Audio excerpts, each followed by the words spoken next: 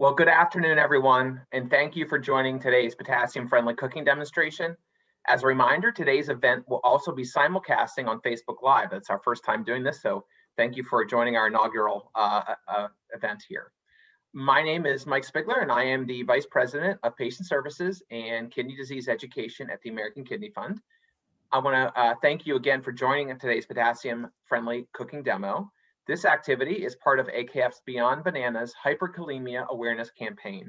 And I want to give a special thanks to AstraZeneca for being the sole supporter of the campaign. Beyond Bananas helps people living with kidney disease understand high potassium, which is also known as hyperkalemia.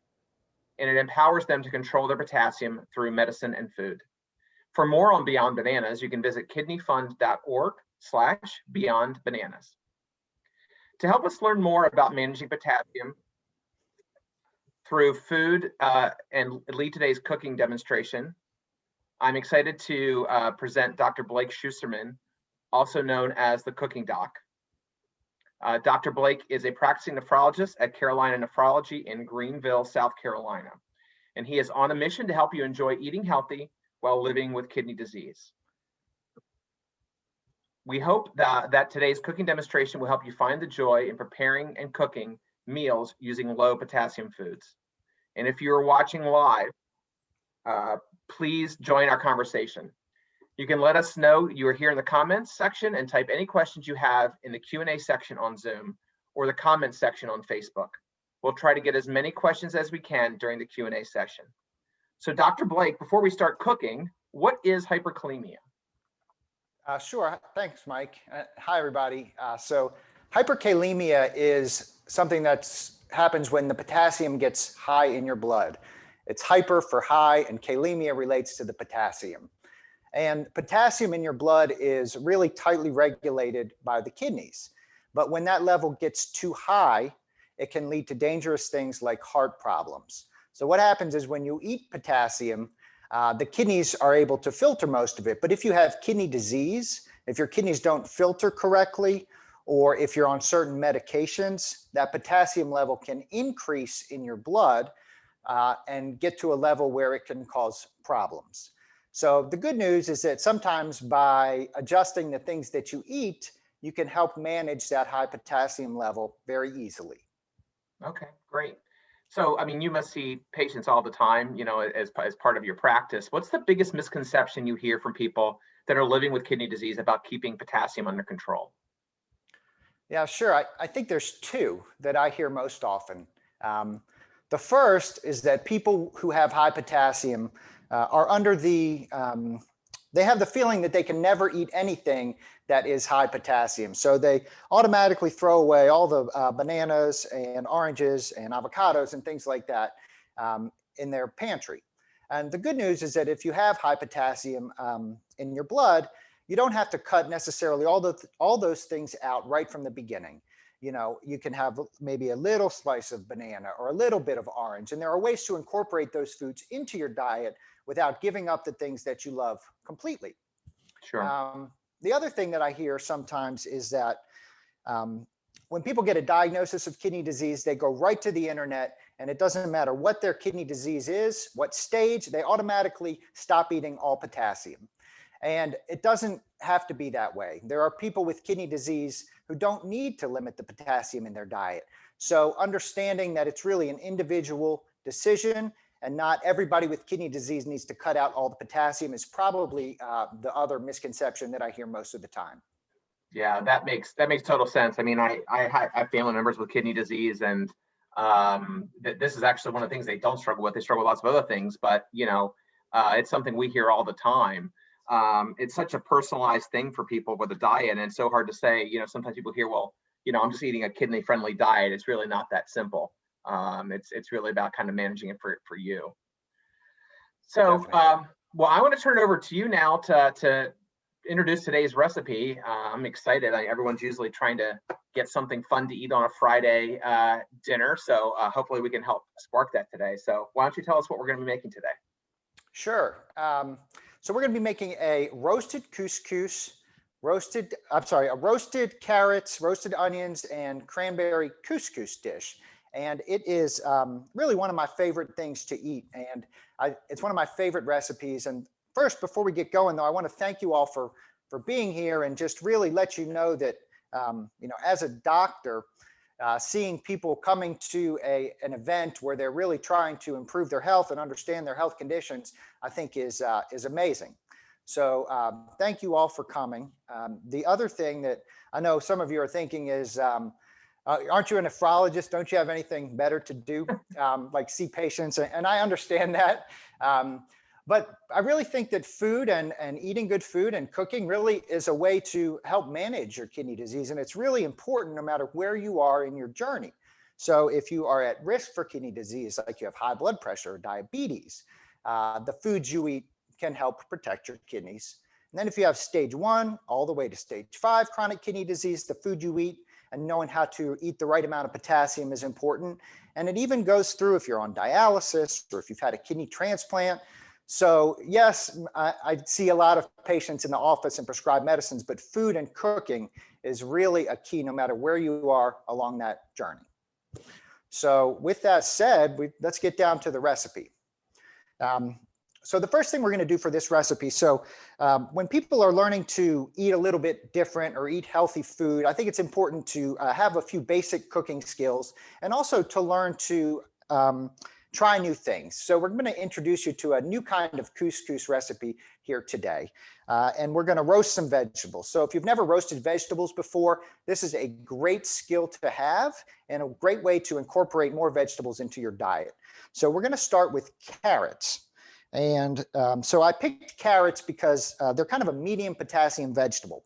And when you're trying to control the potassium in your diet, one of the things that you can do is you can choose whether to put a little of an ingredient in your recipe or a lot of an ingredient in your recipe.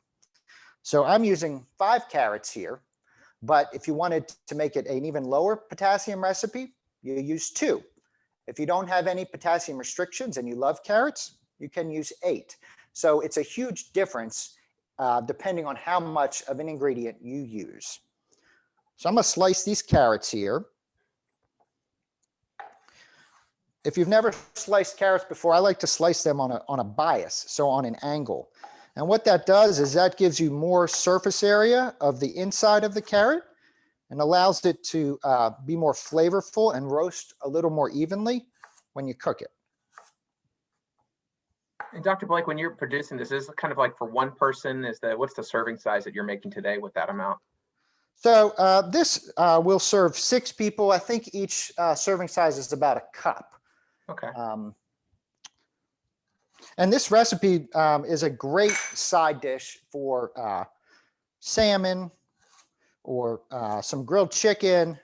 It kind of can take the place of a traditional pasta side dish or quinoa or something like that. I serve it with Thanksgiving, actually. Okay. Oh.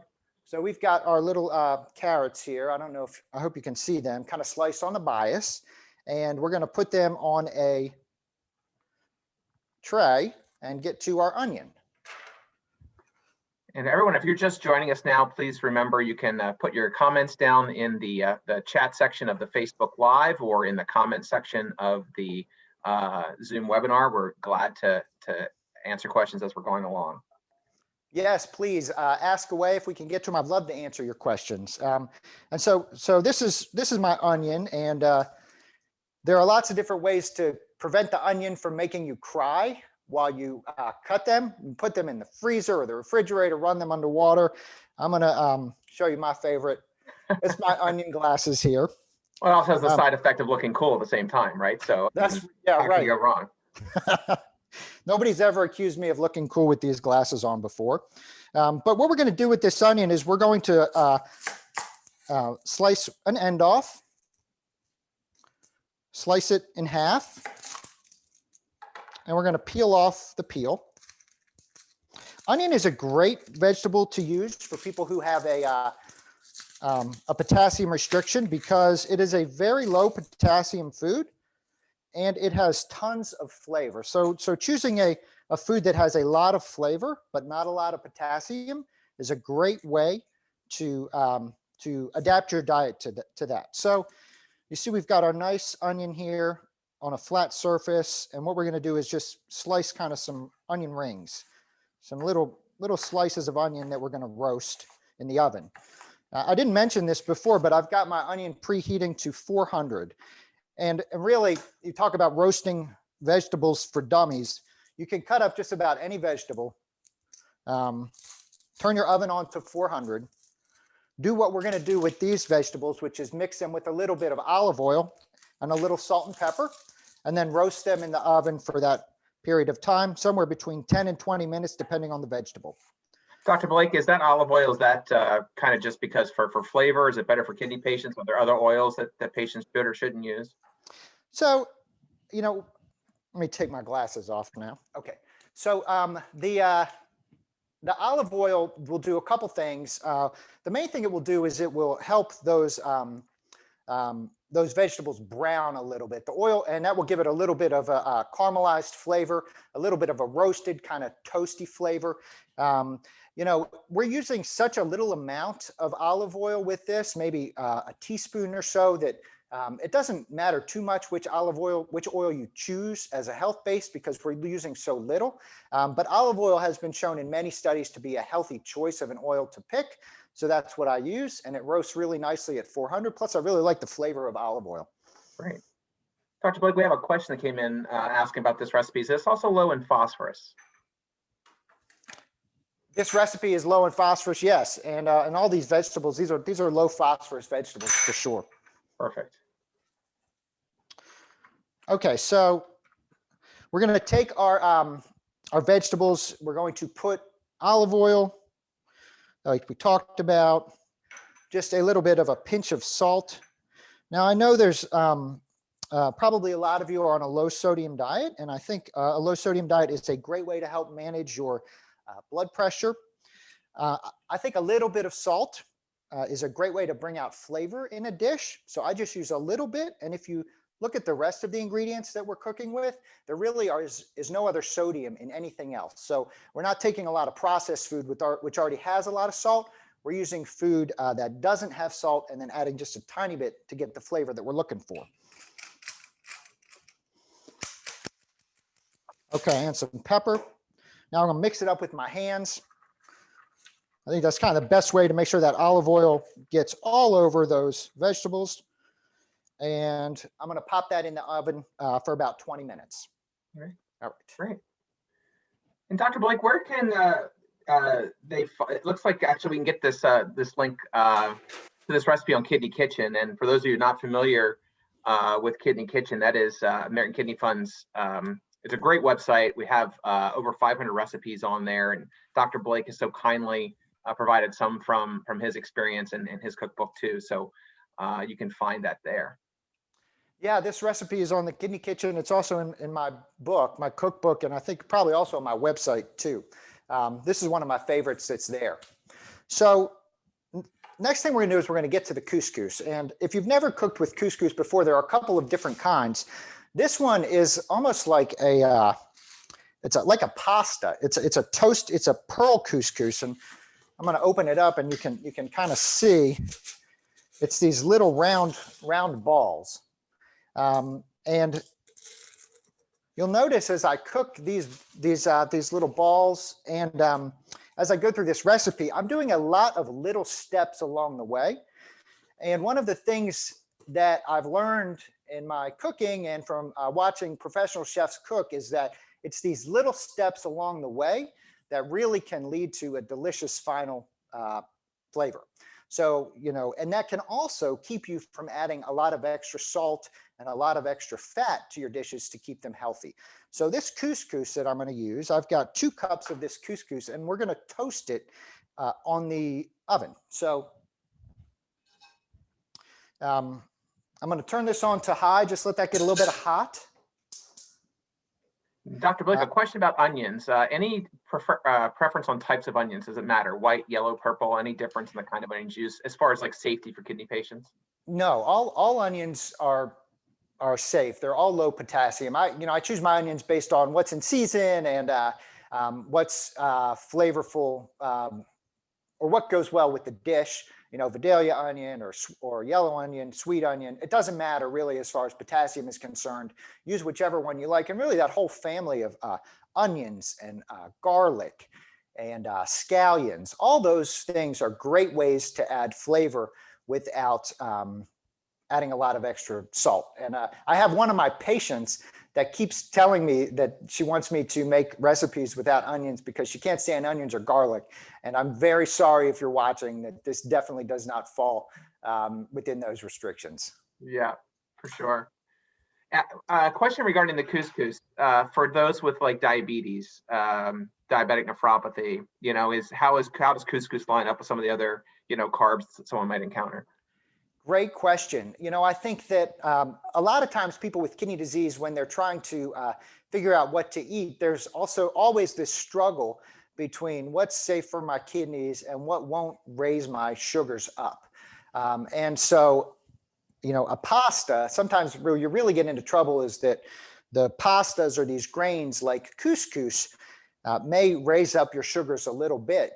And then if you use something that's whole grain like a quinoa, it's a little bit of a higher potassium dish, but won't raise up your sugars as much. So it's kind of a trial and error thing. So this is definitely a carbohydrate. And so if you have diabetes, this would be one of those things where you want to eat in small portions if your sugars are really sensitive to carbohydrate foods. Great, thank you. All right, so I've got this heated up, and you'll see what happens. So we're going to put a little bit of olive oil in there. Again, I love the olive oil. And then, you know, you could do this same kind of thing with rice as well, kind of toast an ingredient to give it a little bit of an extra flavor. So I'm just going to pour that in, and then I'm going to stir it a little bit, and I'll show it to you in a minute or two. You'll see that it becomes brown. And I wish you all were here with me. That's the one thing about these Zoom cooking demos is that you can't smell how good that couscous smells once it starts toasting a little bit. Well, the good thing for me is I can't be asked to help, so I won't screw up your recipe because I'm not there with you. So there are some bright sides to this too. There you go. Well, you're welcome to come anytime and help me. Okay, so while that's heating up, got any questions loaded up, Mike? So questions regarding just how much potassium can someone have? I mean, especially, and are there differences between someone, you know, with early stages of kidney disease versus someone, say, on dialysis? Absolutely. Not only are there differences between early stages of kidney disease and people who are on dialysis, but there are differences even between two people who are on dialysis and two people who are on different types of dialysis as well. So potassium restriction is a really individualized restriction. And so I always tell my patients whether or not they have high potassium, because that really makes a difference in the limitations on what they eat. And so if I have somebody with stage 3A chronic kidney disease who has no potassium restrictions because their potassium is in the normal range, you know, I don't want them to give up all these foods that are also good for them, like greens and spinach and some whole grains. So I tend to tell them they actually need probably a high potassium diet. Sure.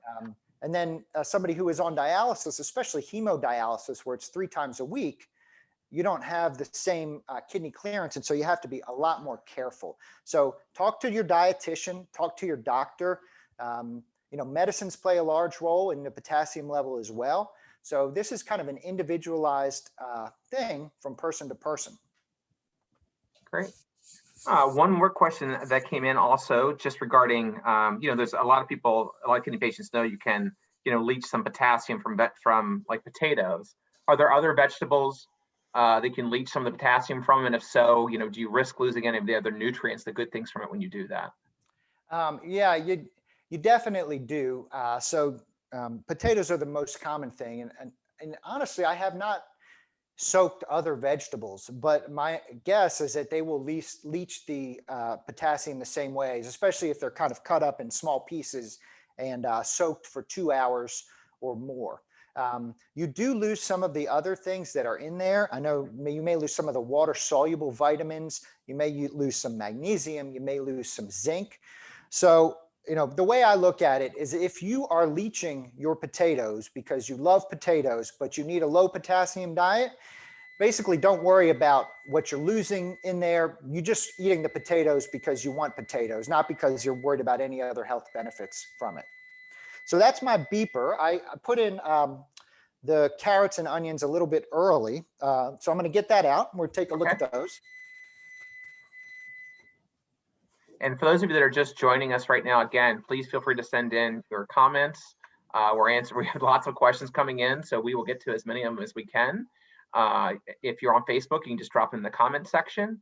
And if on the Zoom webinar, you can put it in the Q&A section, and we will answer as many as we can. So you can see these onions have gotten a little bit brown, roasting, and the carrots as well. And don't be afraid of a little brown. There's a fine line between brown and burnt, but brown to me means flavor. So these have a lot of added flavor to them, and I'm going to put them on the side and let them cool a little bit. Great. And Dr. Blake, a question that came in also, for your cookbook and your other recipes that you focus on, what are some of the other things besides potassium? We talked about phosphorus that you focus on. One of the questions that came in was in regards to protein too. Yeah, so, well, while we're talking, so here's our couscous. You can see it's been toasted and there are some kind of brown couscous kernels in there, and it really smells toasty. And what I'm going to do to that is I'm going to add, I started with 2 cups of the couscous. I'm going to add about 3 cups of no sodium vegetable stock. And then I'm going to bring this to a boil and I'm going to let it cook with the cover on for about 8 to 10 minutes. And then I'll talk about that other stuff here. Sure. Well, that stock, is that something you just buy in the store? Did you make that stock yourself?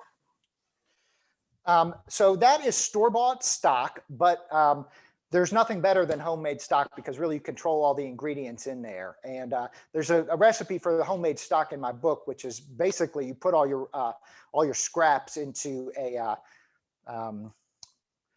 pot of water and you let it boil, and it really makes a delicious flavor. You don't have any sodium, and you can store it in your freezer for as long as you want it. Great. And getting back to the other question about other dietary guidance. So, in my book, I break it down basically into 10 steps about how to manage your kidney disease through diet. And we've talked about sodium. So creating flavor without adding a lot of sodium and salt to your diet, and how to do that and make it try to taste as good as it does if it has a lot of salt. Mm-hmm. We talk about plant-based foods, how vegetables and avoiding red meat can help your kidneys. We talk about potassium, just like we're talking about today. We talk about protein. The question was about protein, and protein is a really difficult thing because it's also very individualized. But the most recent guidelines suggest that people who eat a lower protein diet, and what that is between 0.6 and 0.8 grams of protein per kilogram of body weight per day. And so a lot of people, that ends up somewhere between 60 and 80 or 40 and 80 grams of protein a day, can help slow the progression of your kidney disease over time. Now, a lot of people with diabetes have trouble with that because the higher protein foods allow them to manage their diabetes more closely. And so having a dietitian to help guide you through those protein needs is very helpful. But also in my book, we have a chapter on phosphorus. We have a chapter on the Mediterranean diet. There's a chapter on alkaline-based foods. So there's a whole host of, there's a whole number of things that determine the way food can affect your kidneys. And I kind of break it down into 10 steps in the first part of the book. And then the second part is recipes to go with it. Okay. And, for some of we're getting several questions about specific foods and potassium, and you can find many of those on our Kidney Kitchen website and the Beyond Bananas campaign that we have, where we have several potassium trackers and some eat this, not that information too. Dr. Blake, just regarding the recipe itself, someone's asking again, how many minutes was that oven roasting again for the vegetables? So somewhere between 15 and 20 minutes. What I'll do is I'll put it in there. I'll check it about 10 minutes. And at that time, often I'll flip them if one side is getting really browned. And these are roasting at about 400 degrees. And then check it again at 20 minutes. See if it's gotten to the browned level that I like it. And if not, I let it go another 5-10 minutes and just keep checking frequently. You want it browned, but not burned. So these cooked for about 20 minutes. Okay. Getting some questions also just regarding like, how does someone know what their potassium is? And is there, people that are familiar with diabetes, there's an A1C test. We're kind of looking at like the average over time. Anything like that available for patients for potassium, or what's the best way to know how they're doing with their potassium? The best way is to ask your doctor to check either what's called a renal panel or a basic metabolic panel. And that blood test will give you the sodium, the potassium, the BUN, the creatinine, and a potassium of below 5.2 for most labs is considered normal. Once you get above 5.2, you're getting a little bit on the high side. And then when you get above 6 and higher, you get to a level where it eventually gets dangerous for your heart. So it's in those blood tests that if you go to the doctor, they will check that you can see what your potassium level is, and they can tell you whether or not you need to be on a potassium restricted diet. Great, thank you. Okay, so we've got now our couscous cooking, and I also went a little ahead of time and made a batch of couscous already, so you can kind of see what it looks like when it finishes. And this is our finished product. So it's kind of a starchy. It turns a little darker with the vegetable stock and with the toasting. And we're just going to let that cool to about room temperature and kind of break up the little clumps that happen in here. And then we're going to make our dressing that's going to go on top of this as we mix everything together. Great. I bet that is feeling great right now with everything cooking. So this dressing is one of the most important things to learn about as you're learning to cook in ways that can improve your health, especially low sodium diets. Dressings can be put on anything. They can be used as marinades for meat or tofu. Sometimes I'll put them on the roasted vegetables. Obviously, you can use them for salads. And if you're getting dressings from the store, they're almost all either high sodium, high sugar, or high in saturated fat. It's really hard to find dressings that fit all of your dietary needs without spending a fortune. So this is a very easy dressing, and I'm using a combination of lemon juice. So this is the juice of 1 lemon, and it comes to about 1/4 cup, maybe a little less. I love lemons, a great way to add flavor to your dishes. I'm using sherry vinegar. I also stock my cabinet with all kinds of vinegars. So we're going to use 2 tablespoons of sherry vinegar. Got a clove of garlic that's been chopped. And then we've got our olive oil again, which we're going to whisk in there and get our dressing.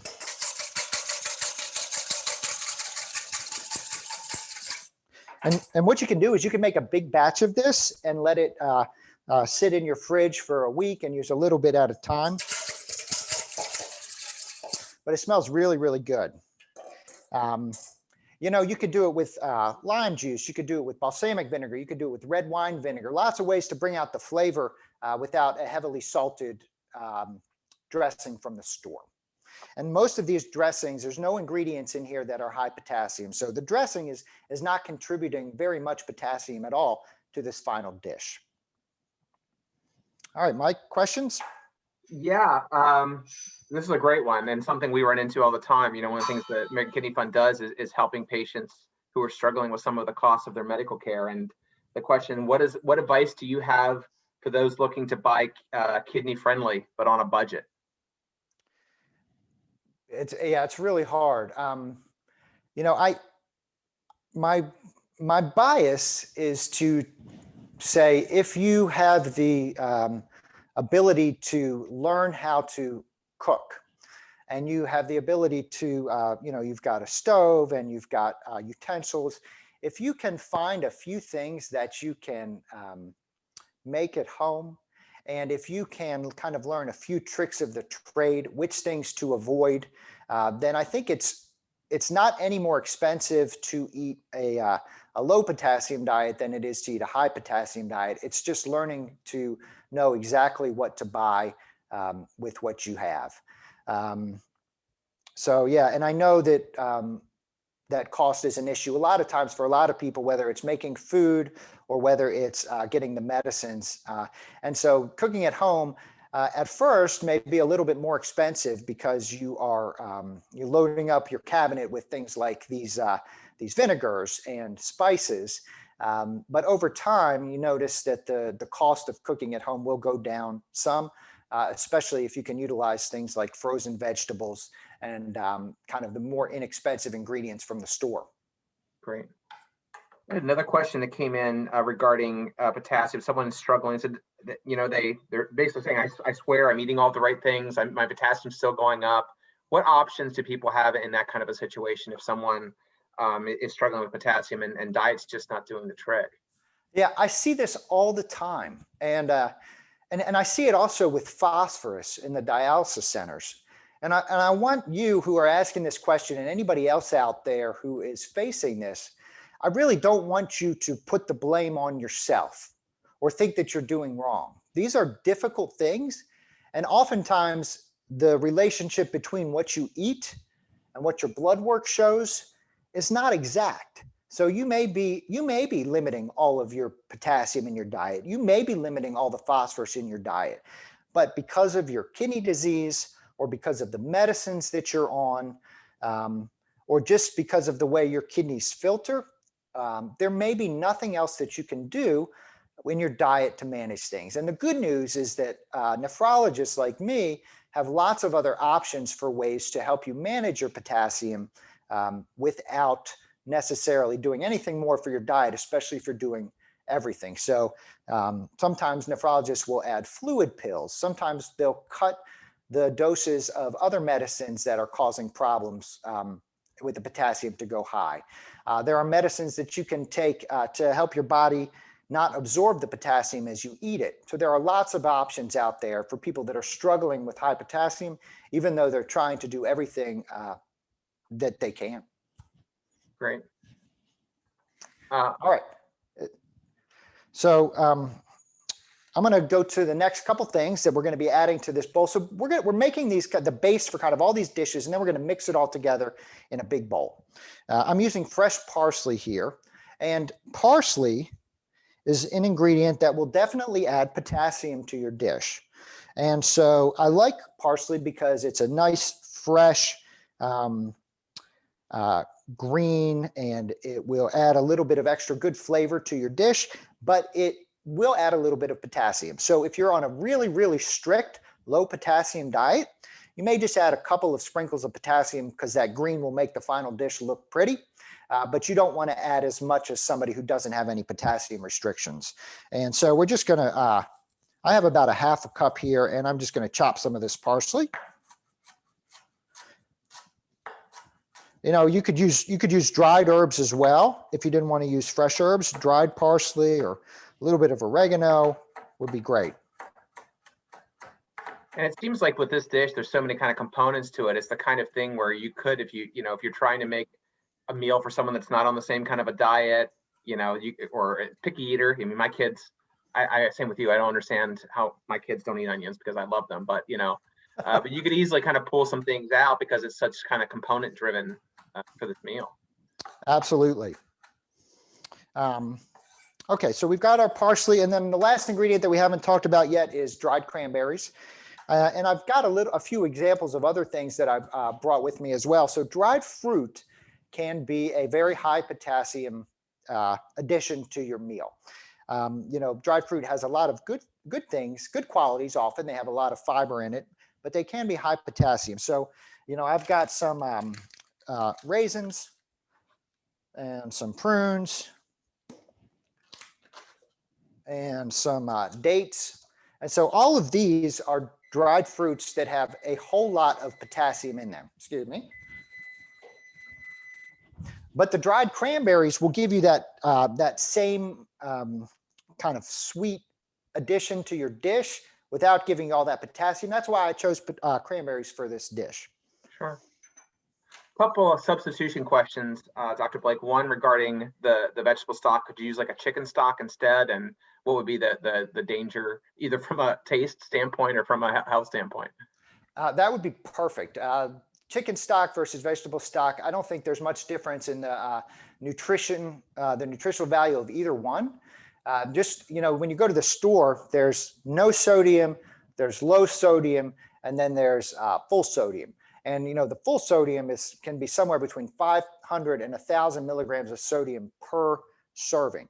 So it can add up very quickly. As long as you're choosing the no sodium version, if you like a vegetable-based flavor, there really is a huge difference in taste between a chicken-based stock and a vegetable stock. So it depends on what you like as far as your flavor and what your family likes, but either one would work fine. You could even make this just with water if you don't want to add the stock. Water would be a cheap, easy addition, and it won't change the flavor too much. The stock just is one of those components that adds on top of everything else to make the final dish as good as I want it to be. Okay. And for parsley, any other suggestions?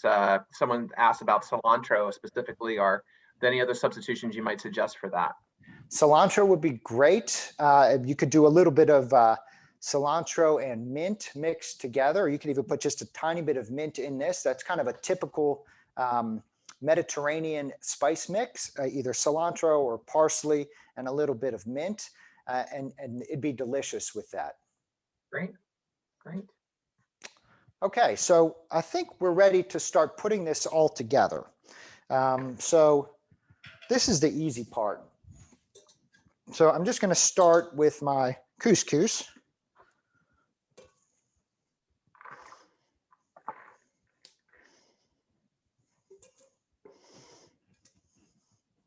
All right.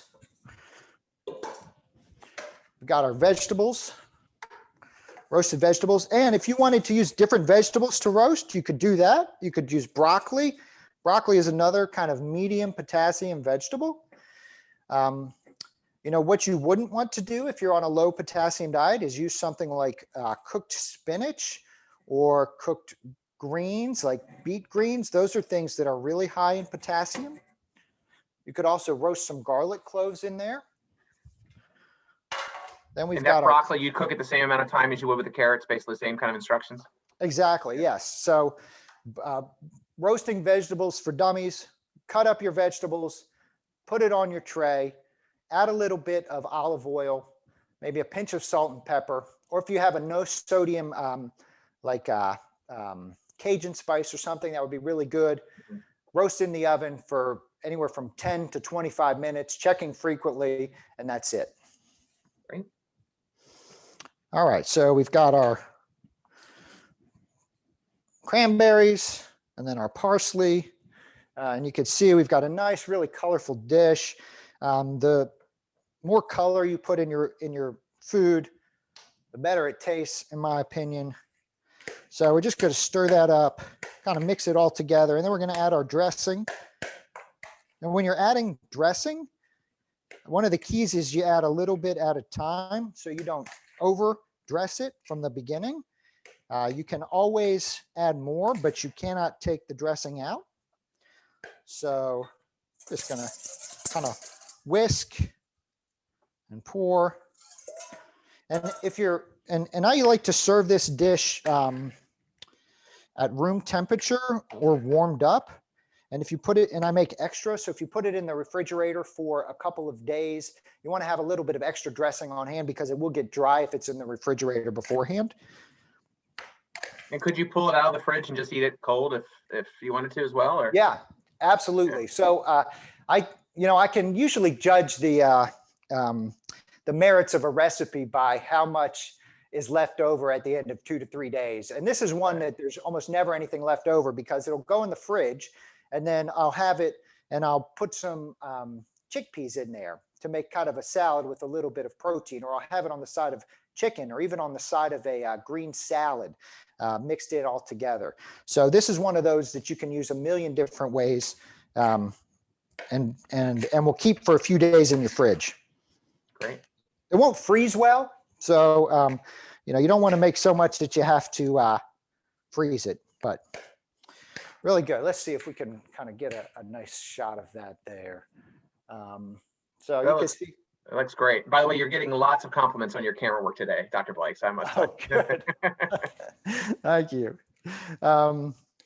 So this is one of my favorite recipes. Does anybody have any other questions about potassium that I can answer, or about cooking, or the We actually had a question come in kind of early on regarding, and if you don't know this answer, that's okay, but sardines. Where would something like sardines register on a scale for potassium?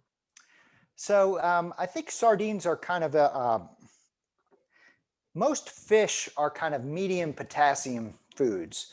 So oftentimes when we're thinking about potassium restriction, we jump right to the fruits and vegetables because for some reason they can have the most highly dense potassium concentration.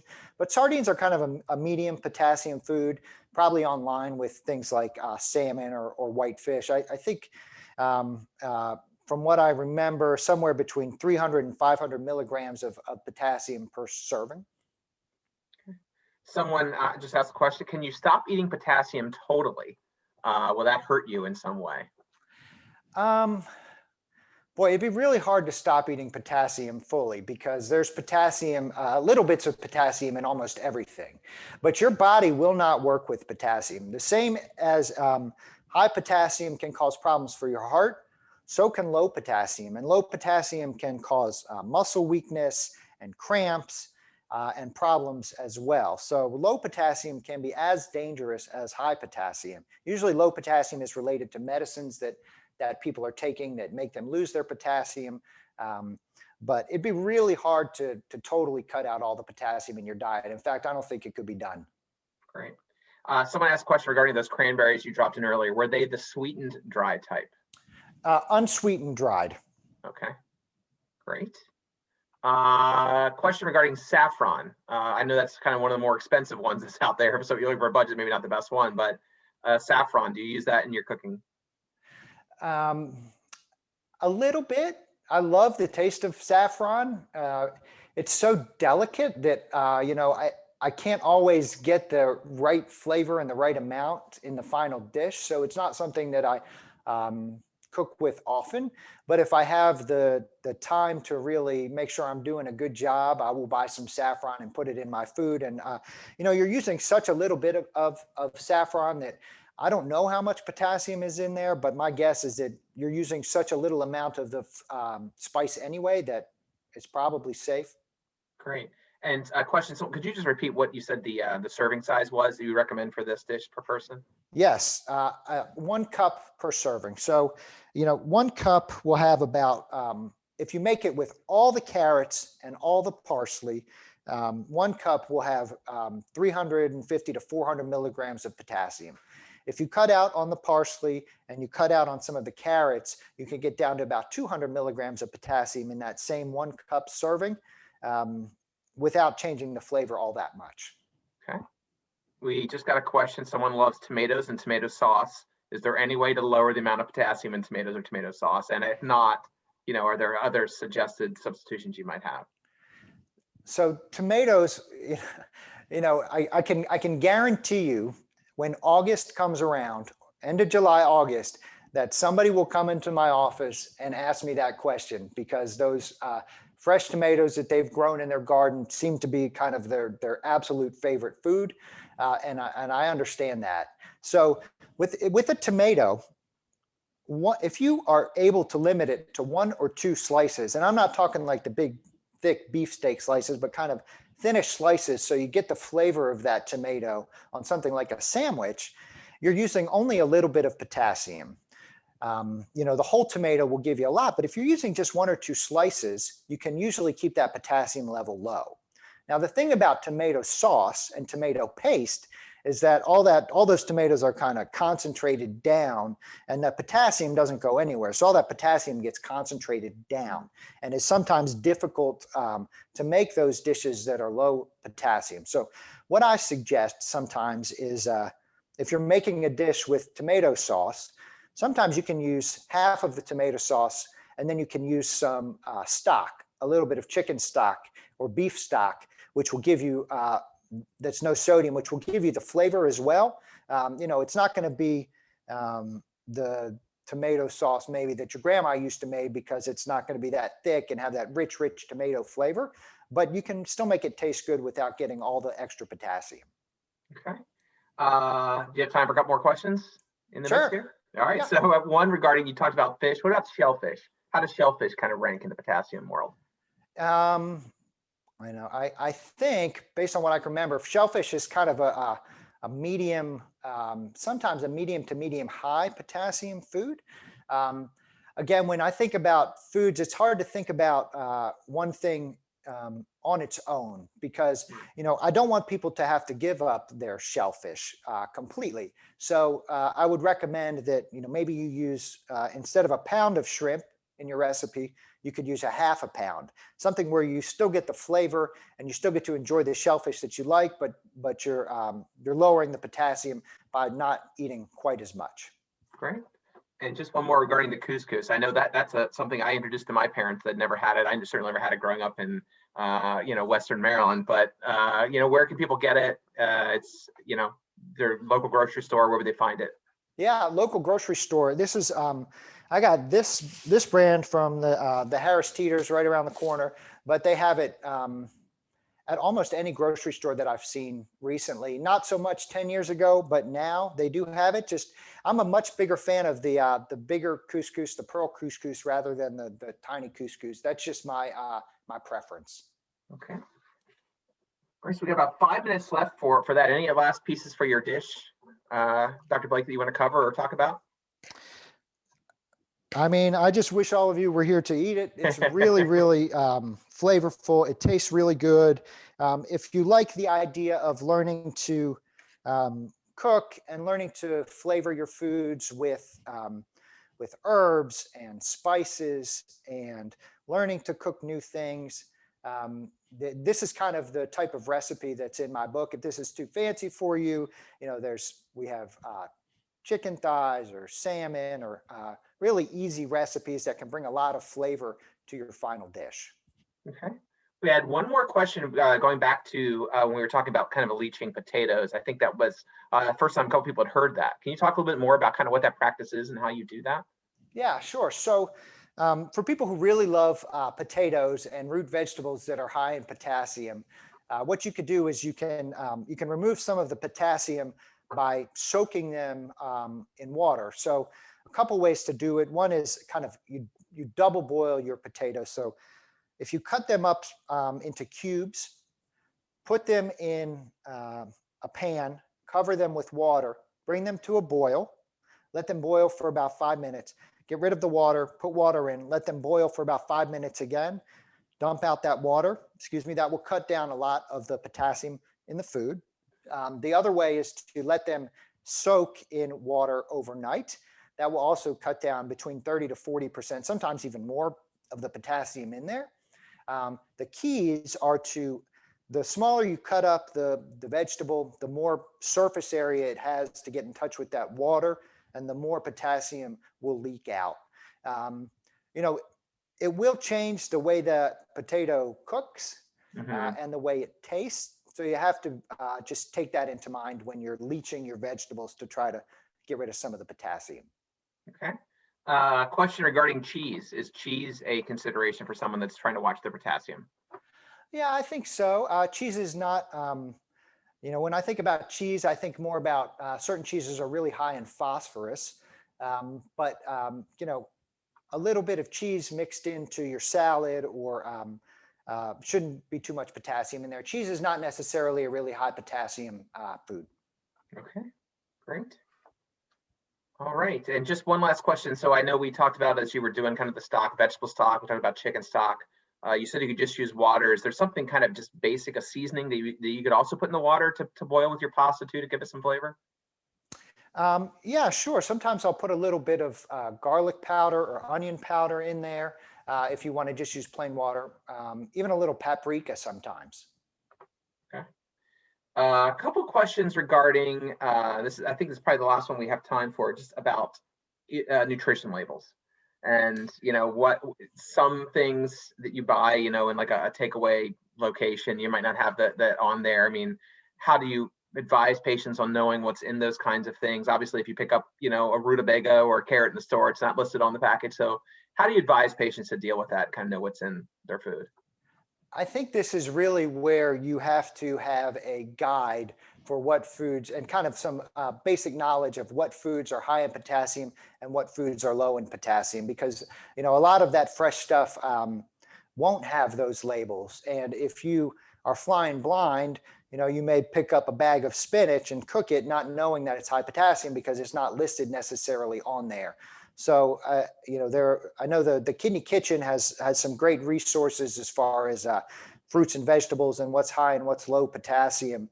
And I think once you have the basic understanding there, then you can look at the ingredients on, if you got something from the deli, and you can have an idea for how much potassium is in there. The other thing you could do is, Google is pretty good about giving you potassium content of different foods.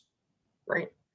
Well, Dr. Blake, I want to thank you for walking us through this great cooking demonstration and sharing your expertise on how to manage potassium in the foods that you eat. If you're interested in more of Dr. Blake's recipes, you can check out his new cookbook, which is the Cooking Doc's Kidney Friendly Cooking. It features a simple 10-step guide that he mentioned earlier to kidney wellness.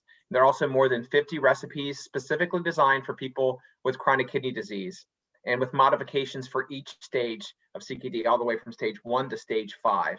He has tweaked classics in there, such as vegan bolognese, macaroni and cheese, to modern and diverse fare. He's got Thai shrimp salad, chicken farro bowls. His book really covers the best food and drinks for your kidneys.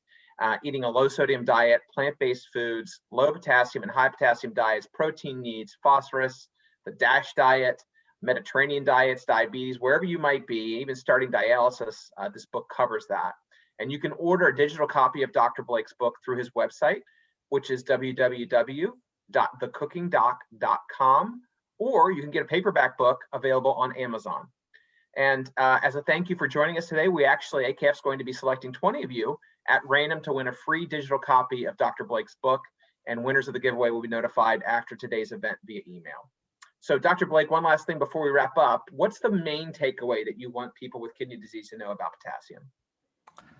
The main takeaway is that you can make good food low potassium or high potassium. You just have to have some basic ideas of what foods to modify and how to modify the dish that you're creating. And then you can easily fit it into your dietary needs, and make sure you talk to your doctor or your dietitian that you see to really get to understand where you are in that high potassium or low potassium spectrum, because that makes all the difference. Great. Well, I can't thank you enough, Dr. Blake. In COVID, to run a Food Network level studio by yourself was pretty impressive, and we can't thank you enough for doing it today. And I want to thank everyone for your participation in today's event. You can find more information on high potassium foods, along with a potassium tracker, a food guide with a list of low, medium, and high potassium and delicious low potassium recipes at kidneyfund.org/beyondbananas. You can also visit American Kidney Fund's Kidney Kitchen at kidneyfund.org/kitchen for more information about nutrition, a searchable database of over 500 recipes, including the Cooking Doc's recipe collection, video tips, and many other resources about kidney-friendly eating. You can also follow us on Facebook or send us your email through kidneyfund.org, and you'll be the first to know about other resources just like this one today. So thank you all, and have a great evening.